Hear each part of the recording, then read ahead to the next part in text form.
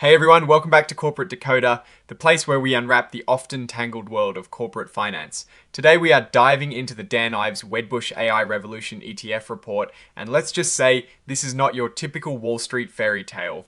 Get ready for a peek behind the curtain at a fund trying to ride the artificial intelligence wave, and we'll see if it is truly revolutionary or just another fund. Before we dive in, if you want to keep getting these no-nonsense financial breakdowns, make sure you're subscribed. And hey, we've got a fantastic community over on Discord, linked in the description below, where we dissect these reports and more. Alright, so what we have here is a certified shareholder report, specifically a semi-annual one for the period ending the 31st of October 2025. Think of it as a progress report for the Dan Ives Wedbush AI Revolution ETF, which we'll just call the fund from here on out. It tells us how the fund has been performing and what it holds. Let's start with what matters to most investors, the costs. For a hypothetical $10,000 investment, the fund's costs over the last 6 months, from its start in June 2025 to the 31st of October 2025, amounted to $37. This might sound small, but when you look at it as a percentage of your investment, it's about 0.75%, and that is annualized. What does this mean in plain English? For every $10,000 you put in, you are paying about $75 a year in fees. This is pretty standard for actively managed ETFs, but it is something to keep an eye on as it can eat into your returns over time. Now, for some key numbers, the fund's net assets, which is basically the total value of everything it owns minus its debts, are a hefty $1,025,742,348. That is over $1 billion. It holds 31 different investments, and the portfolio turnover rate is 17%. This turnover rate indicates how often the fund buys and sells its holdings. A 17% rate suggests they are not actively trading in and out of positions very frequently, which is generally good for keeping trading costs down. Let's see where all that money is invested. The biggest chunk, a massive 67.7%, is in information technology. This makes sense given the fund's name and focus on AI. The next largest slice is consumer discretionary at 13.2%, followed by communication services at 12.5%. Then we have smaller holdings in industrials at 4.3% and utilities at 2.3%. It is pretty clear this fund is heavily betting on companies that are either directly involved in AI or in sectors that heavily utilize it.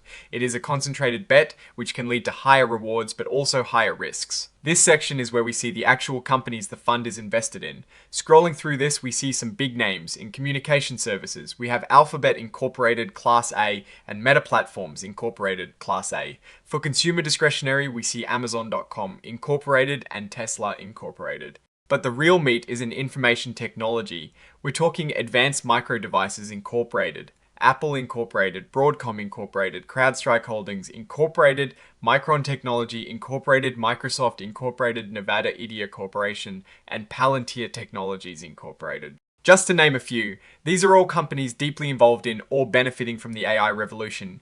This is a deep dive into their portfolio, showcasing a clear strategy to capture growth in the AI space. Here, we get a snapshot of the fund's financial health on the 31st of October 2025. The total assets, which include investments and some receivables like dividends and interest, stand at over $1 billion. On the liability side, the main item is investment advisory fees, totaling just over $500,000. This leaves the fund with net assets of precisely $1,025,742,348, matching what we saw earlier, the net asset value per S-share. The price of one share of the fund is $34.6. It's interesting to note that the investments at fair value over $1.026 billion are significantly higher than their cost, which was about $863 million. This indicates a substantial increase in the value of their holdings since they were purchased. This is where we see how the fund performed in terms of income and expenses. For the period from the 3rd of June 2025 to the 31st of October 2025, the fund earned $685,695 in dividend income. However, its expenses, primarily investment advisory fees, came in at $1,544,089. This resulted in a net investment loss of $858,394. But here is the kicker. The fund saw a huge gain from its investments. The net realized gain was over $3.2 million. And the net change in unrealized appreciation on its investments was a staggering $163,080,375. When you combine all of that, the net increase in the fund's net assets from operations for this period was a very healthy $165,487,798. So, Even though the fund earned less in dividends than it spent on fees, the growth in the value of its underlying investments massively boosted its overall performance. This table shows the flow of money into and out of the fund. The operations alone brought in over $165 million. But what is really striking is the fund share transactions section. The net proceeds from the sale of shares were a massive $867,993,458. While the value of shares redeemed was only $7,738,908. This means investors poured in a huge amount of new money into the fund. The net increase in net assets from these transactions, combined with the operational gains, brought the total net assets to that familiar figure, over $1 billion. Looking at the per share data, the net asset value at the beginning of the period, the 3rd of June 2025, was $25.22. By the end of the period, the 31st of October 2025, it had grown to $34.6. This is a significant jump, resulting in a total return of 37.18% for the period. Remember, this is annualized performance. The ratio of expenses to average net assets is that 0.75% we saw earlier, and the ratio of net investment income to average net assets is negative 0.42%, which aligns with the net investment loss we discussed. The portfolio turnover rate is 17%. This section really highlights the strong growth in share value driven by those unrealized gains. This is where the details get explained. The fund is a series of Wedbush series trusts and is managed by Wedbush Fund Advisors, LLC. It is an exchange-traded fund, or ETF, that aims to track the Solactive Wedbush Artificial Intelligence Index. It began operations in June 2025. The section on investment valuation is important. It talks about valuing investments at market value or fair value using a hierarchy of inputs.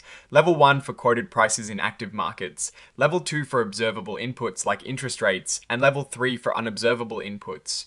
For this fund, as of the 31st of October 2025, almost all of its investments, over $1 billion, were valued at Level 1, meaning they were based on readily available quoted prices in active markets.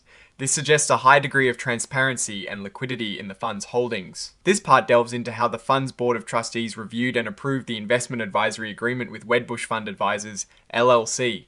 They looked at the quality of services, the costs, the advisor's profitability, and compared fees with similar ETFs. They noted that the proposed advisory fee was slightly higher than the peer group average, but they also considered that the fund's niche strategy, focused on AI research, made direct comparisons tricky. A significant point here is that the advisory fee is a unified fee. This means shareholders pay the advisory fee, but the advisor covers most other operational expenses like administration, legal fees related to routine matters, and various other costs. This structure can be beneficial for investors as it simplifies the fee structure and can provide cost certainty. The board concluded that the advisory agreement and fees were fair and reasonable and approved them for a 2-year term. This section provides details on obtaining proxy voting records, portfolio holdings, and information on premiums and discounts at which the fund's shares trade on the exchange.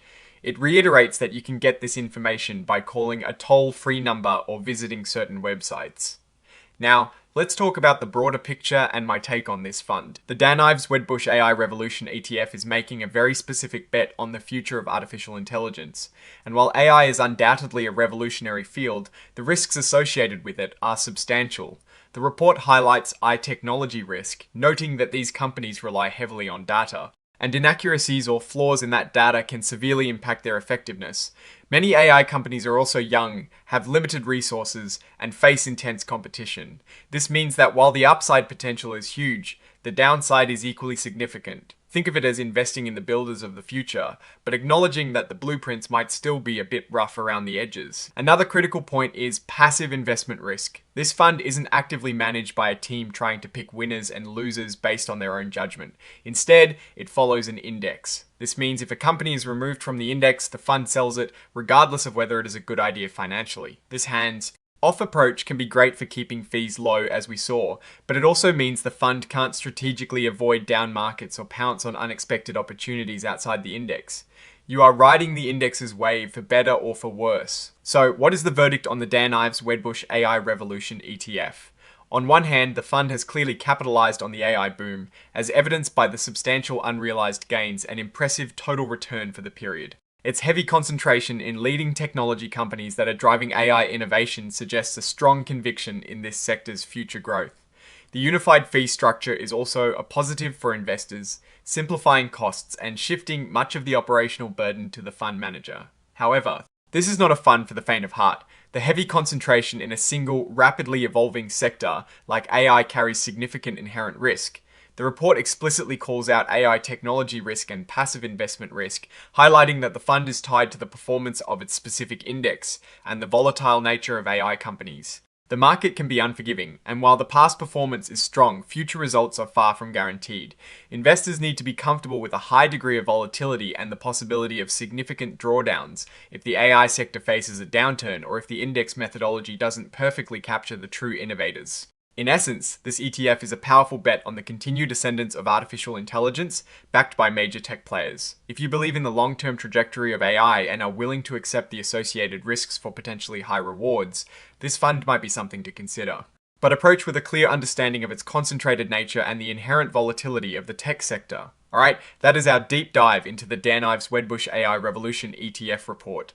What do you think about this fund's strategy and its risks? Are you a believer in the AI revolution's investment potential? Let me know your thoughts in the comments below. If you found this analysis helpful, please give it a thumbs up. It really helps the channel grow, and of course subscribe for more corporate dissections like this one. Don't forget to join the conversation on our Discord server, linked in the description. Thanks for watching, and I'll see you in the next episode of Corporate Decoder.